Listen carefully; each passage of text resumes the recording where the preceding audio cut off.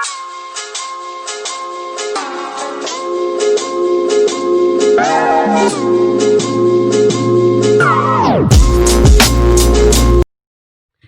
pagi dan salam sehat untuk kita semua.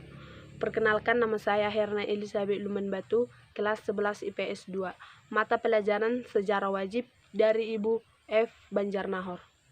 Pada video kali ini saya akan membahas 4 topik. Yang pertama, Aceh versus Portugis dan POC. Setelah Selat Melaka jatuh ke tangan Portugis pada tahun 1511, banyak pedagang Islam yang pindah ke Aceh sehingga Aceh semakin ramai. Hal ini tentu menjadi ancaman bagi Portugis.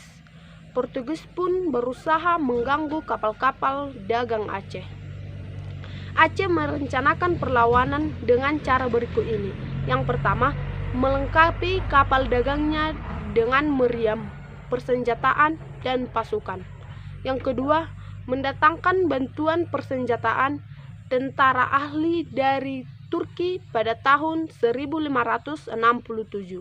Yang ketiga, mendatangkan bantuan persenjataan dari Kalilkut dan Jepara. Kemudian, Aceh melakukan penyerangan terhadap Portugis. Sementara perlawanan keduanya selalu seimbang, tidak ada yang kalah maupun yang menang. Hingga akhirnya Belanda mendatangkan hal ini dan berusaha membujuk Raja Aceh agar diizinkan berdagang di pantai barat Sumatera serta agar diberi hak keistimewaan oleh Aceh. Melalui surat yang dikirim Pangeran Maurits kepada Raja Aceh, Alanuddin, dengan isinya menjelek-jelekkan Portugis serta menawarkan bantuan untuk mengusir Portugis. Bahkan surat ini disertai berbagai hantaran dan hadiah. Bahkan pada tahun 1607, Aceh mengizinkan POC untuk membuka loji di Tiku, Sumatera Barat. Pada masa pemerintahan Sultan Iskandar Muda, menentang POC dan melakukan penyerangan terhadap POC. Bahkan sang sultan memperkuat pertahanannya dengan melipat gandakan kekuatan dan pasukan dengan kapal-kapal besar yang dapat mengangkut 6.000 sampai 8.000 pasukan. Pasukan kalaveri dilengkapi kuda-kuda dan Persia dan menyiapkan pasukan gajah serta misi infanteri dan menempatkan para pengawas pada pelabuhan-pelabuhan penting yang terdiri dari panglima perang. Sultan Iskandar menyerang Malaka pada tahun 1629, tapi belum berhasil mengusir Portugis dan pada akhirnya Portugis dan Aceh tidak ada yang kalah ataupun yang menang. Namun kemudian Portugis diusir oleh POC yang bersekutu dengan Kesultanan Johor pada tahun 1641. Itulah topik yang pertama. Topik yang kedua adalah Maluku angkat senjata. Tahun 1529, perang antara Tidore melawan Portugis. Penyebab perang ini, kapal-kapal Portugis menembaki junjung dari Belanda yang akan membeli cengkeh ke Tidore. Lalu terjadi peperangan. Portugis menang dibantu dengan Ternate dan Besan. Tahun 1534, Perjanjian Saragossa atau antara Portugis dan Spanyol. Tahun 1521, Portugis berhasil masuk ke Maluku pusat atau pusat aktivitas melalui Ternate. Lalu tidak lama, orang Spanyol datang dan memusatkan di Tidore. Tahun 1529, perang antar Tidore melawan Portugis. Penyebab perang ini, kapal-kapal Portugis menembaki junjung-junjung dari Belanda yang tidak membeli cengkeh. Lalu terjadi peperangan. Portugis menang dibantu dengan Ternate. Tahun 1605, Portugis mengungsi ke Ambon dan diusir oleh POC, kemudian menetap di Timor Timur. Tahun 1635 sampai 1646, serangan sporadis dari rakyat Hitu atau dipimpin oleh Kaliali dan Teluku Besi. Tahun 1680, POC memaksa ke penguasa Tidore sebuah perjanjian. Tahun 1805, akhirnya Sultan Nuku berhasil mengembangkan pemerintahan yang berdaulat, melepaskan diri dari dominasi Belanda di Tidore sampai akhir hayatnya. Itulah topik yang kedua. Kemudian topik yang ketiga adalah Sultan Agung versus JP Koen. Sekilas tentang Sultan Agung. Sultan Agung adalah raja yang membawa Mataram mencapai masa keemasannya. Cita-cita Sultan Agung antara lain mempersatukan seluruh tanah Jawa dan mengusir kekuasaan asing dari bumi Nusantara. Maka dari itu, Sultan Agung sangat menentang keberadaan POC. Oleh karena itu, Sultan Agung merencanakan serangan ke Batavia. Alasan Sultan Agung menyerang Batavia. Yang pertama, tindakan monopoli yang dilakukan POC. Yang kedua, POC sering menghalang-halangi kapal-kapal dagang Mataram yang akan berdagang di Malaka. Yang ketiga, POC menolak untuk mengakui kedaulatan Mataram. Yang keempat, keberadaan POC di Batavia telah memberikan ancaman serius bagi masa depan Pulau Jawa. Serangan yang pertama, tepat pada tanggal 22 Agustus 1628, Tumenggung Baureksa memeriksa pasukan Mataram menyerang POC di Batavia, di mana pada saat itu gubernur POC dijabat oleh JP Koen. Pasukan Mataram berusaha membangun pos-pos pertahanan, tetapi kompeni POC berusaha menghalang-halangi sehingga pertempuran sengit tidak dapat dihindarkan. Di tengah-tengah peperangan, pasukan Mataram lain berdatangan. Pasukan Mataram berusaha mengepung, tetapi kekuatan POC dengan persenjataan lebih unggul dapat dilakukan dengan sekeras-kerasnya.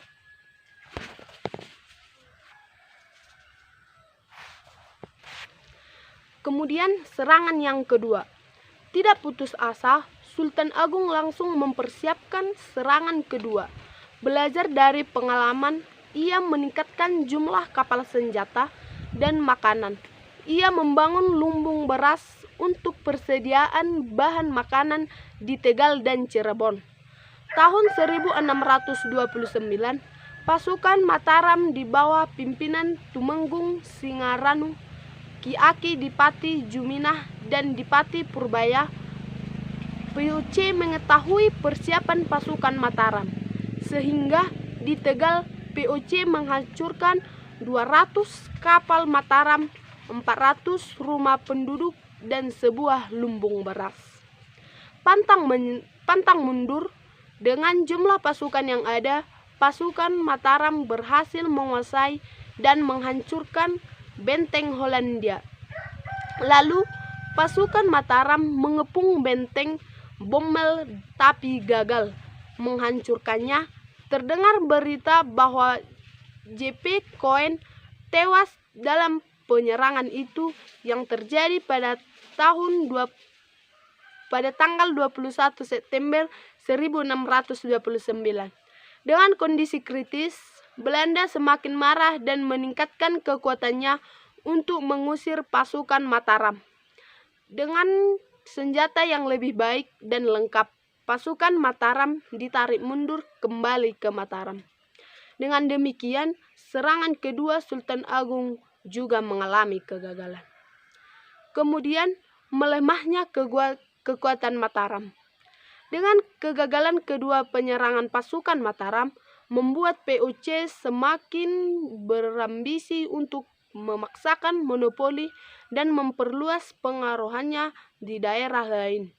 Namun di balik itu, POC tetap mengawasi gerakan pasukan Mataram. Sebagai contoh, pada waktu Sultan Agung mengirim pasukan ke Palembang, untuk membantu Raja Palembang menyerang POC. Tetapi di tengah jalan langsung diserang oleh Sultan Agung untuk melawan dominasi asing di Nusantara. Tidak diwarisi oleh raja-raja pengganti Sultan Agung, ia meninggalkan pada tahun 1645. Mataram pun semakin lemah dan dikendalikan oleh POC. Kemudian kebubaran Jan Pieterszoon Koen. Imogiri berasal dari kata imo yang berarti mendung dan giri yang berarti gunung.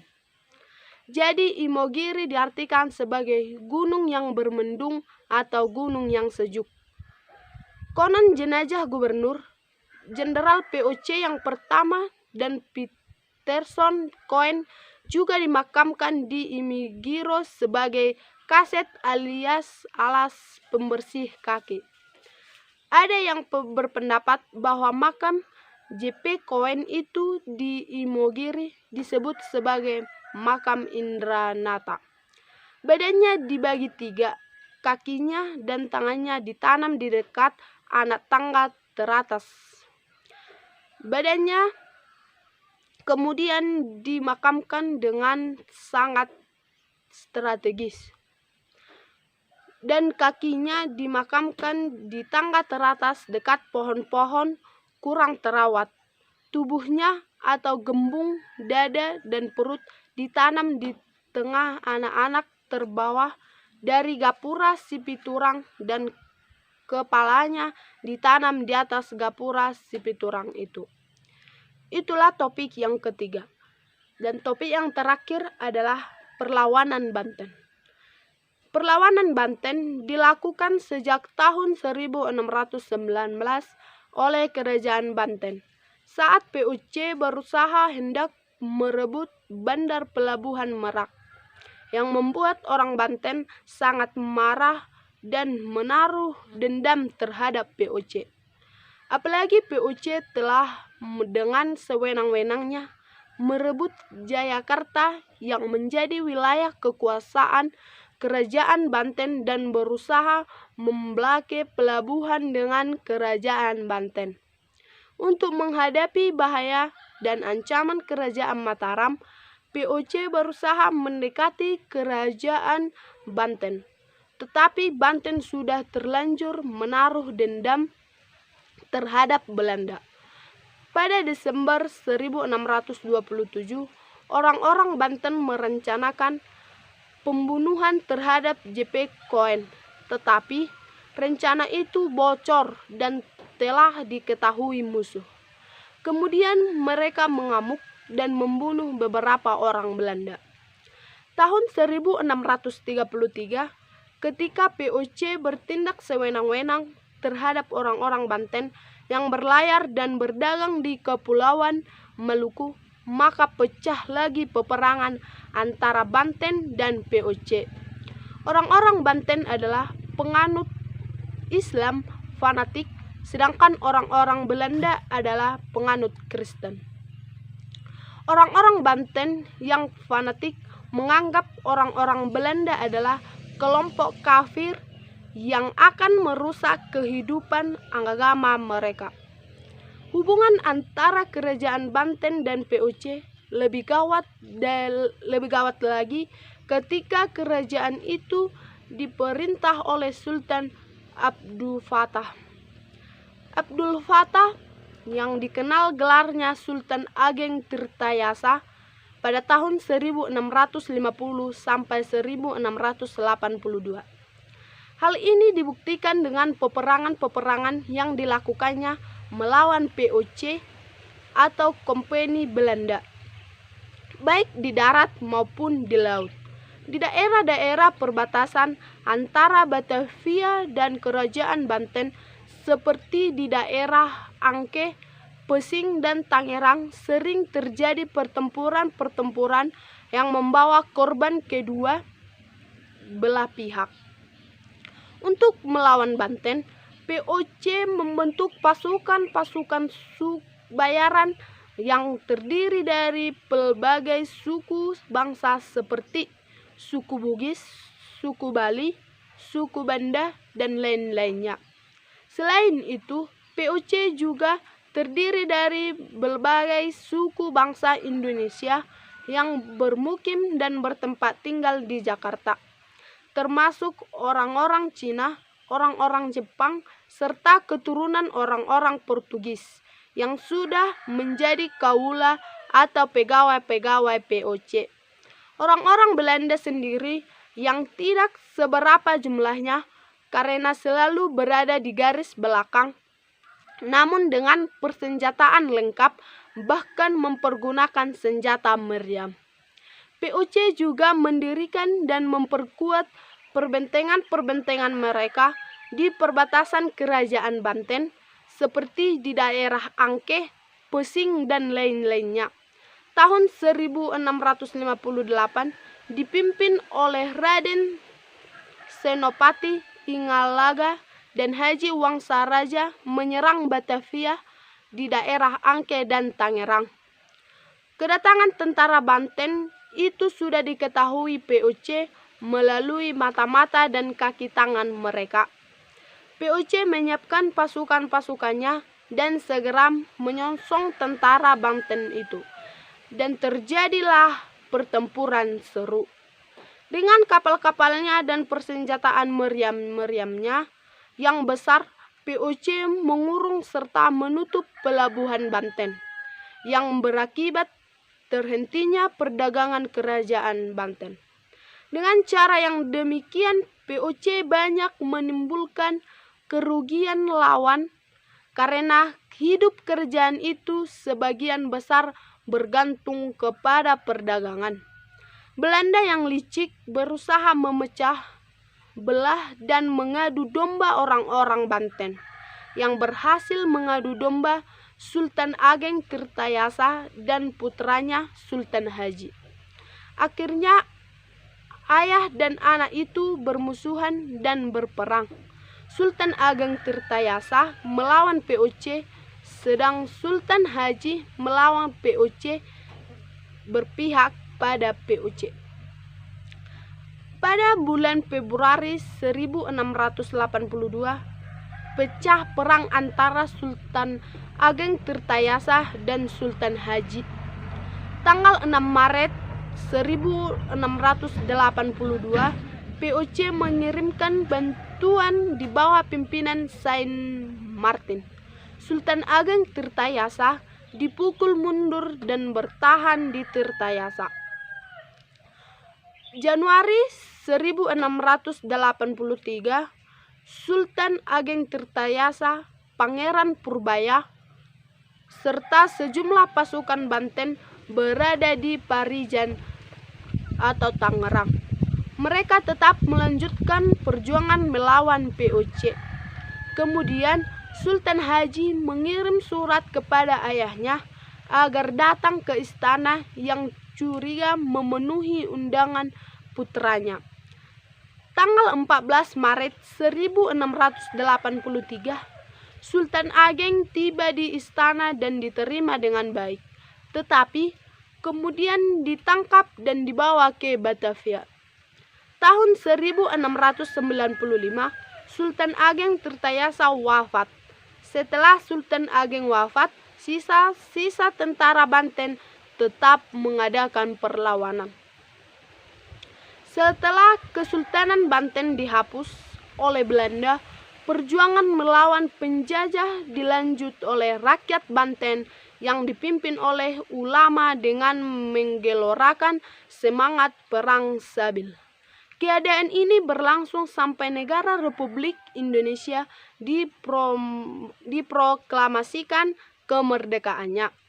Hal ini terjadi di berbagai pemberontakan yang dipimpin oleh kiai dan didukung oleh rakyat, antara lain peristiwa Geger Cilegon pada tahun 1886 di bawah pimpinan K.H. Wasid atau W.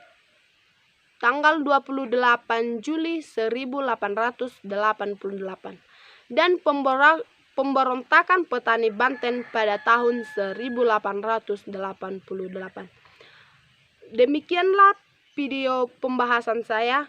Jika ada kata yang salah, saya mohon maaf. Sekian dan terima kasih.